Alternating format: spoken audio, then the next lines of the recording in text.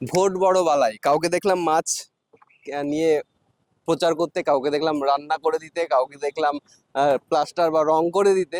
প্রধানমন্ত্রী পশ্চিমবঙ্গে এসে ঝালমুড়ি খাচ্ছেন, কি বলবেন? আমার দুঃখ লাগলো যে আমাদের প্রধানমন্ত্রী এত গরিব, 10 টাকার ঝালমুড়ি খেতে হলো। মানে আমি তো শুনলাম উনি নাকি ঝালমুড়ি খাইয়েছেন। 10 টাকার ঝালমুড়ি, প্রধানমন্ত্রী তো নাকি কি বলেছেন 15 লক্ষ টাকা ব্যাংকে টাকা ঢুকিয়ে দেবেন, সেই প্রধানমন্ত্রীর মতো 10 টাকার ঝালমুড়ি খেলেন।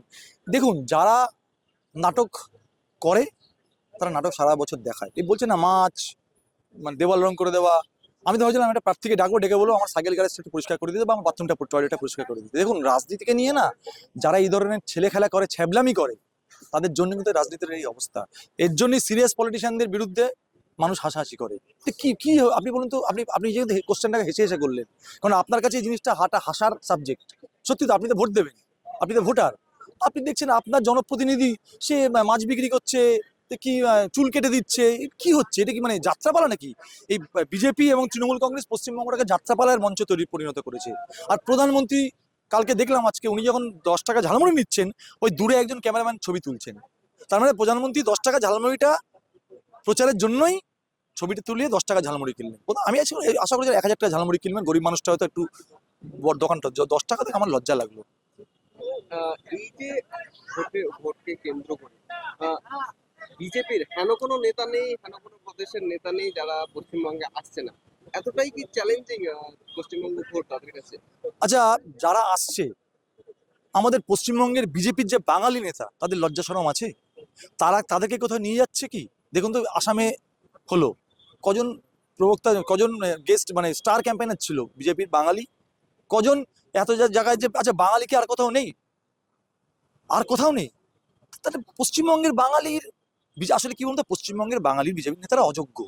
তার জন্য যোগ্য হলে তাদের অন্য রাজ্যে নিয়ে যাওয়া হতো, তাদের অন্য রাজ্যে নিয়ে যাওয়া হচ্ছে না কারণ তারা অযোগ্য। তাই বাইরে থেকে লোক আনতে হচ্ছে। আর বিজেপির কাছে চ্যালেঞ্জ তো অবশ্যই, কারণ বিজেপি জানে যে এই পশ্চিমবঙ্গ খুব দুর্জয় ঘাঁটি, দুর্জয় তো বাঙালির ঘাঁটি, তো এই রবীন্দ্রনাথের ঘাঁটি, নজরুলের ঘাঁটি, মানে বীর সুভাষের ঘাঁটি, ক্ষুদিরামের মাটি, দুর্জয় মাটি। এই মাটিতে বিজেপিকে যেন তেন ক্ষমতা দখল করতে হবে, কারণ বিজেপির স্বপ্নটা তার পূর্ণ হবে। এই যে ট্রাইব্যুনাল কে ঘিরে আমরা দেখতে পাচ্ছি জোকাতে একটা ট্রাইব্যুনাল কেন্দ্র তৈরি হচ্ছে, সেখানে পুরো সিআরপিএফ দিয়ে ঘিরে দেওয়া হয়েছে। তো ট্রাইব্যুনালের কাজ এখনো শুরু হলো না। অবশ্য বলেছিল সুপ্রিম কোর্ট যে 21 তারিখ পর্যন্ত যত ভোটার নাম উঠবে তারা ভোট দিতে পারবে, কিন্তু সেই কাজ তো শুরু হচ্ছে আচ্ছা, না। ট্রাইব্যুনাল করতে হবে কেন? ন্যায্য ভোটার জন্য কি আমি আবার কোর্টে যেতে হবে নাকি? যারা বেআইনি ভোটার, যারা অবৈধ ভোটার, তারা বাদ যাক, কোনো সমস্যা নেই। যারা ন্যায্য ভোটার তাদের জন্য লাইনে দাঁড়াতে হবে কিসের জন্য? আমি সাংবিধানিক অধিকার, আমার জন্মগত অধিকার, আমার ভোট দেওয়া, আমার ভোটদানের অধিকারকে যারা হরণ করে আমাকে বেনাগরিক করার চেষ্টা করবে, যেটা ভারতীয় জনতা পার্টি এবং নির্যাতন কমিশন করছে। আমার প্রশ্ন হচ্ছে যে, যেটা বলেন কাজ শুরু হয়নি, কাজ শুরু হবেও না। কারণ বিজেপি চাইছে এই নির্বাচনে এই ন্যায্য ভোটারদের বাদ দিয়ে ভোটটা করাতে। তাহলে অনুরোধ করব, এই শান্তনু ঠাকুর থেকে শুরু করে যারা এই অবৈধ ভোটারদের ভোটে জিতে মন্ত্রী হয়েছেন, তারা পদত্যাগ করুন। এবং সবচেয়ে অমিত শাহ নরেন্দ্র মোদীকে দেশের বাইরে বার করে দেওয়া হোক, তারা অবৈধ প্রধানমন্ত্রী, অবৈধ স্বরাষ্ট্রমন্ত্রী। কারণ পশ্চিমবঙ্গ থেকে তাদের যে কটা সিট, তারা অবৈধ ভোটারদের ভোটে জিতে তারা হয়েছে। কারণ আমার শান্তনু ঠাকুর, আমার বনগার সাংসদ, ওখানে যেখানে প্রচুর মতুয়ার নাম বাদ গেছে, সে মতুয়ারা বলছে না অবৈধ। তাহলে সে অবৈধ ভোটারের ভোটে জিতে নির্লজ্জ শান্তনু ঠাকুর, দোকানকার শান্তনু ঠাকুর, তিনি সংসদে গেছেন এবং মন্ত্রী হয়েছেন। যে শান্তনু ঠাকুর নাগরিকত্বকে 100 টাকায় বিক্রি করে একটা চেন সিস্টেম চালু করে চিটফান্ড চালু করেছিলেন, নাগরিকত্বের চিটফান্ড চালু করেছেন শান্তনু ঠাকুর। সেই নাগরিকত্বের চিটফান্ড চালু করা শান্তনু ঠাকুরকে আগে দেশ থেকে বার করে দেওয়া হোক। উনি একটা চিটিংবাজ, মতুয়াদের নিয়ে রাস্তায় দাঁড় করাচ্ছেন, মতুয়াদের নিয়ে অসভ্যতা করছেন, মতুয়াদের নিয়ে নোংরামি করছেন। এই এই এই চিটিং, এই মানে সুদীপ্ত সেনদের মতো, ওই রোজ ভ্যালির মালিকদের মতো শান্তনু ঠাকুর হচ্ছে এই নাগরিকত্ব বিক্রি করে খাওয়া একজন চিটফান্ডের মালিক। সেই চিটফান্ডের মালিককে দেশ থেকে বার করে দেওয়া হোক। ভোট আসলে দেখি ইডি সক্রিয়তা এবারও ঠিক অন্তত না, ইডি কেমন সক্রিয়তা, একেবারে সক্রিয় ভূমিকা পালন করছে এবং ইডি নেমে পড়ছে মাঠে, কি বলবো? এটা তো ইডির স্বভাব। ওই যে তোতা পাখি, বিজেপি যখন মনে করে কিছু পারছি না, তখন ইডি নামক একটি অস্ত্রকে তারা কাজে লাগায়, সিবিআই নামক একটা অস্ত্রকে কাজে লাগায়, আর ওই ইনকাম ট্যাক্স নামক একটা অস্ত্রকে কাজে লাগিয়ে দেয়। এটা হচ্ছে, এই তিনটে হচ্ছে বিজেপির বি টিম। এ টিম যখন ফেলিয়ার হয় তখন বি টিমকে কাজে লাগিয়ে দেয়। কিভাবে এই বি টিমকে কাজে লাগিয়ে পেছনের দরজা দিয়ে, মানুষের ভোটে তো বিজেপি পশ্চিমবঙ্গে আসতে পারবে না বুঝতে পারছে, পেছনের দরজা দিয়ে কিভাবে ধমকি হুমকি দেখিয়ে ক্ষমতায় আসা যায়। এটা ক্ষমতায় আসতেই দ্বিতীয় যেটা সাংবিধানিক একটা সংস্থা, এই সাংবিধানিক সংস্থাগুলোকে তাদের পোষ্য বানিয়ে কিভাবে পশ্চিমবঙ্গে ক্ষমতায় আসা যায় তার চেষ্টা করছে বিজেপি। এবং বলুন তো, এই মামলাগুলো তো আজকের মামলা নয়, তাই এত বছর কি সিবিআই ঘুমাচ্ছিল না? বলুন তো, পশ্চিমবঙ্গে সিবিআই এর ভূমিকাটা কি? পশ্চিমবঙ্গে সিবিআই যে কটা মামলা তদন্ত করছে তার সাকসেস রেট কি? আমার আপনার টাকায় সিবিআই এখানে ফুর্তি করে বেড়াচ্ছে। আমরা আশা করছিলাম যে একাধিক মামলায় সিবিআই সঠিক চোরদের ডাকাতদেরকে ধরবে।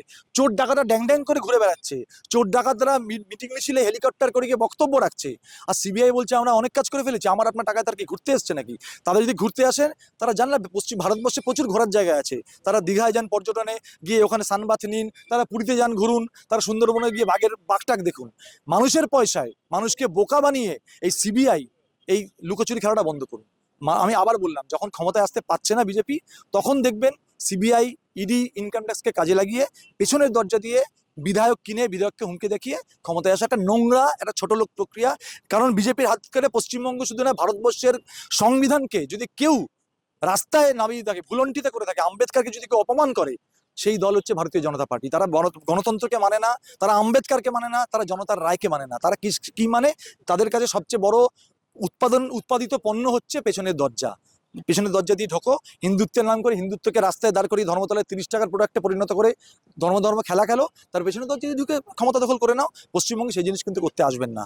মণিপুর থেকে শুরু করে উত্তরপ্রদেশ, আমরা বেশ কিছু রাজ্য যেখানে বিজেপি শাসন আছে, সেই জায়গাতে দেখছি আমরা জ্বলছে, রীতিমতো জ্বলছে, আন্দোলন করছে মানুষ। সেই সমস্ত মুখ্যমন্ত্রী এসে পশ্চিমবঙ্গে প্রচার করছে এবং মিডিয়াতে, মেন স্ট্রিম মিডিয়া বা মূলধারার যে মিডিয়া, তাদের কোনো খবর নেই। কি বলবে? ওই একটা গল্প ছিল মনে আছে, নিরোর গল্প। রোমপুর ছিল, নিরো ঘুরছিল, পশ্চিমবঙ্গে বলছে তারা সেফটি দেবে। ওটাই বলছি, এই নিরোরা সব ঘুরে বেড়াচ্ছে। আমি জানতাম না যে ভারতবর্ষে এত নিরো আছে।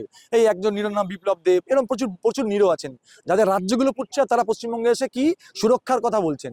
আসলে যারা ব্যর্থ, তারা তো নিজের রাজ্যেই আছে। বলুন না, মণিপুরে তো এত বড় ঘটনা ঘটছে, এই মণিপুরে নিয়ে মণিপুরের মহিলারা, সাধারণ নাগরিকরা দিল্লি থেকে অবস্থান করছে। প্রধানমন্ত্রী একটা দিনও পার্লামেন্টে সেটা নিয়ে মন্তব্য রেখেছেন?